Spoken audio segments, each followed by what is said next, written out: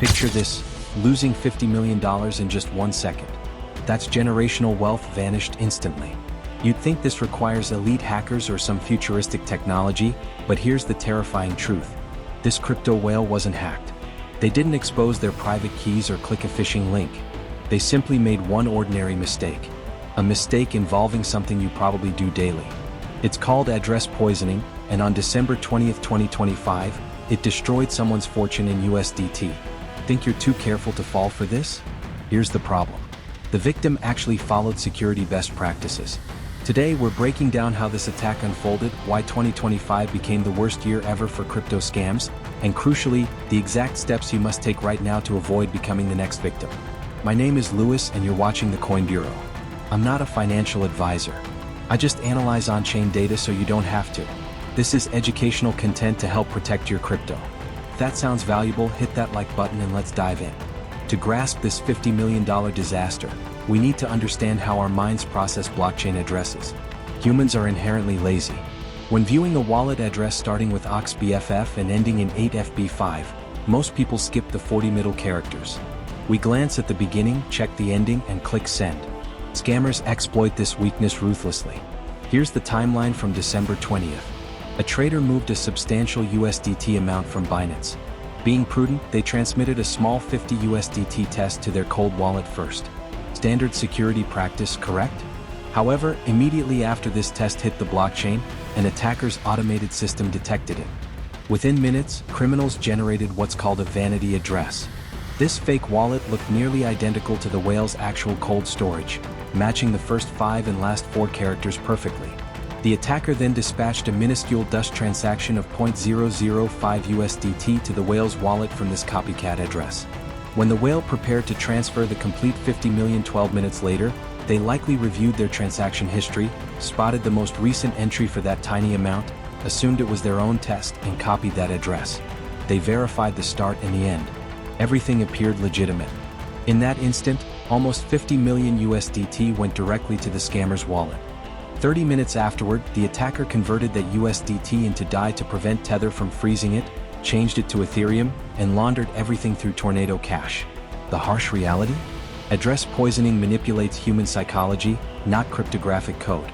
Security researchers report this method accounted for over 10% of all wallet compromises in 2025.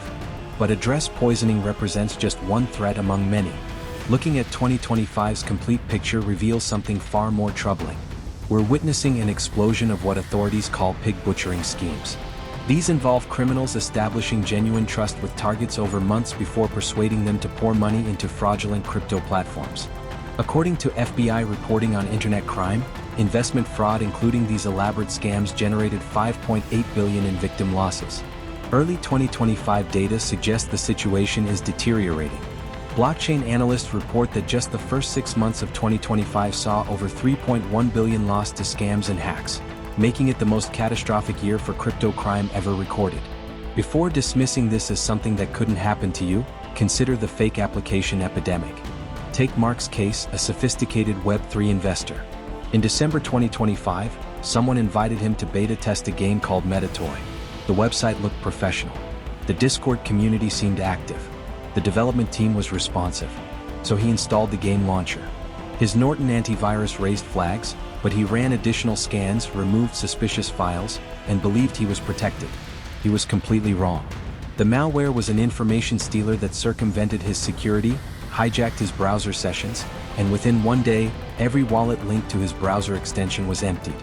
He lost over $14,000, representing 8 years of accumulated savings. This malware didn't simply record keystrokes. It exploited zero-day vulnerabilities in Chrome to steal authentication tokens. The frightening part? Standard antivirus programs are typically several steps behind these new evasion techniques used by malware like Luma and Redline. We've examined the nightmare scenarios. Now let's discuss practical solutions. How do you genuinely protect yourself in this environment? I've assembled a security framework based on latest 2025 research.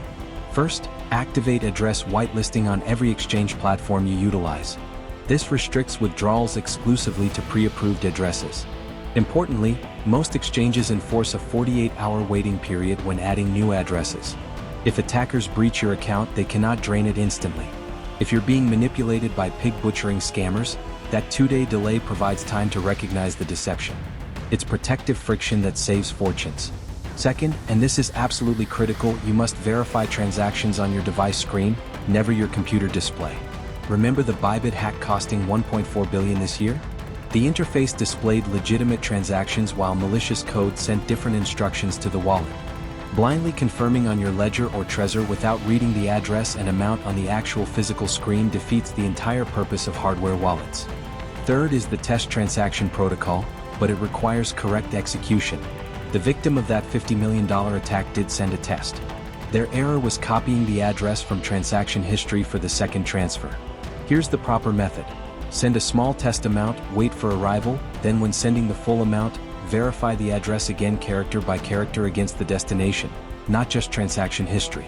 When copying wallet addresses, do it directly from your wallet, never from transaction history. Honestly, for substantial amounts, send another test. Transaction fees are negligible compared to losing 50 million.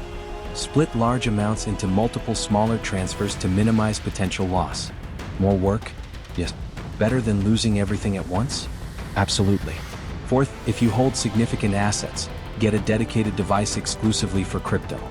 No games, no beta software downloads, no clicking links in Discord, email, or Twitter direct messages. Mark lost his portfolio because he mixed his work device with gaming activities. Don't replicate that error. We must discuss aftermath scenarios because if disaster strikes, you'll be vulnerable to secondary attacks called recovery scams. The FBI's Internet Crime Complaint Center issued major warnings in August 2025 about this. Here's reality. If you lose crypto to scammers, it's almost certainly gone forever. Unfortunately, countless services online claim they can hack the hackers or use blockchain forensics to recover your money for upfront fees. This is fraudulent. They're secondary scammers exploiting your desperation. They'll request fees in Bitcoin or Ethereum and then vanish. Legitimate recovery is extraordinarily rare. The global average is around 70% for major exchange hacks where law enforcement intervenes. But for individuals, it's nearly zero. If compromised, your only legitimate path is reporting to the FBI's complaint center, local law enforcement, and the exchange where funds were transmitted. Do not trust anyone in your messages claiming connections to authorities. They don't have them. So what's the conclusion? The crypto landscape in 2025 is hostile. Attackers are sophisticated. Malware is evasive. Social engineering is psychologically precise. Security isn't glamorous. It's tedious. It involves checking 40 characters of nonsense. It involves waiting 2 days for whitelist approval. It involves purchasing a separate device you use monthly. But it's the only barrier between you and total loss. That $50 million whale believed they were safe. The sophisticated investor trusted his antivirus would catch malware. Don't assume you're smarter than criminals. Assume you're a target and behave accordingly. Remember, just because you're paranoid doesn't mean they aren't actually after you. What do you think? Have you checked your wallet permissions recently? Do you use a dedicated device for crypto? Let me know in the comments. That's it for today. Thank you for watching. Stay safe out there and I'll see you soon. It's Lewis signing off.